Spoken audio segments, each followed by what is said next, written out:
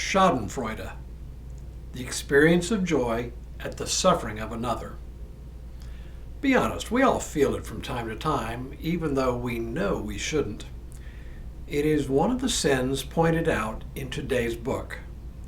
We continue our countdown of the 6 shortest books of the Bible, and we come to the only Old Testament book on the list, which I could have also included in my series on the most obscure books in the Bible. But once again, just because it is short and most of us don't know anything about it, doesn't make it insignificant. In fact, there are at least 3 features of this book worth noticing. Hello, I'm Stuart Baskin, pastor of First Presbyterian Church of Tyler, Texas, and this is your daily devotional for Wednesday, September 24th, 2025. Weighing in at just 440 words in Hebrew and 21 verses in one chapter, the book of the prophet Obadiah is a fascinating little book. We know next to nothing about the prophet himself. The name Obadiah appears several times throughout the Old Testament, meaning any number of people shared the name, so it might have been a very common name. In Hebrew, Obadiah means servant of the Lord. It could be that some unnamed individual adopt this sobriquet to indicate not so much his identity but his office, or it could be that he was actually named Obadiah, as people's names were often words that had another meaning. My own name, for example, Stuart, is a good example. It comes from the word steward, a servant who is a keeper of a household. So the first thing to know about this book is that nearly a third of it is an almost direct quote from the prophet Jeremiah, though not in exactly the same order as it appears in Jeremiah. The reason this is important is that Obadiah did exactly what people like me, preachers and teachers, do today. We quote a portion of Scripture as the warrant for whatever we want to say. In other words, Obadiah quotes Jeremiah and then interprets the meaning of the passage for his own day. We see this only occasionally in the Old Testament, but much more frequently in the New.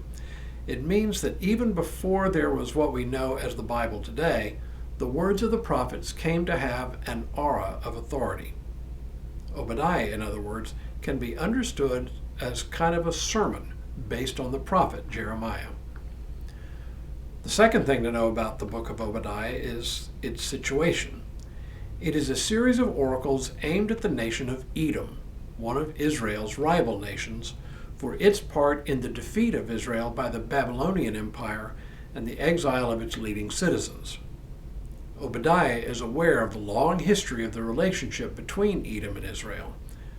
Tradition holds that the Edomites were the descendants of Esau, the brother of Jacob, whom Jacob cheated out of his blessing and birthright. Both Edom and Esau mean red, initially referring to the fact that when he was born, Esau was a red-headed little child, and remained so. And the country of Edom, located in the desert regions between the Dead Sea and the Gulf of Aqaba, probably included the ancient city of Petra, the famous ruins in the Jordanian desert.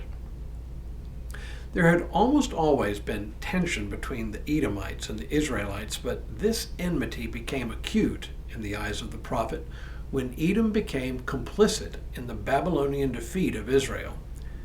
In fact, one of the charges Obadiah levels against the Edomites is the fact that they celebrated Israel's misfortune. He says, "For the slaughter and violence done to your brother Jacob, shame shall cover you, and you shall be cut off forever. On the day that you stood aside, on the day that strangers carried off his wealth and foreigners entered his gates and cast lots for Jerusalem, you too were like one of them.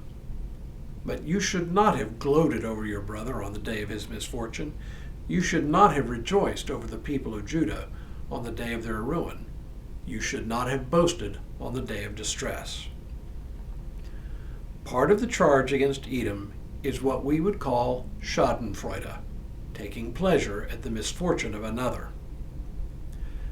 The last thing to know about Obadiah is actually a feature that appears often in the Old Testament, and that is the idea that the Lord is not only the God of Israel, but is the God over all nations. In the ancient world, there wasn't much of an idea of a God who was universal. Most gods were either local or national, or else gods who controlled particular natural phenomena. But Israel early on recognized that the God they worshipped was the creator of all things and all nations, and therefore the one universal God, even if other nations didn't recognize it. And the sign of God's dominion and authority was the Lord's ability to mete out punishment, not only on Israel when necessary, but on other nations as well, including, you guessed it, Edom. The book of Obadiah, brief as it is, reminds us that we worship not just any old God, but the one universal God who has authority over all people, all nations, and all of human history. That's pretty strong. And this God takes a dim view of those who take delight in the suffering of God's people, those who experience Schadenfreude at the suffering of God's people. And that's comforting. When we return tomorrow, we resume our countdown of the 6 shortest books of the Bible, returning to one of the epistles of the New Testament.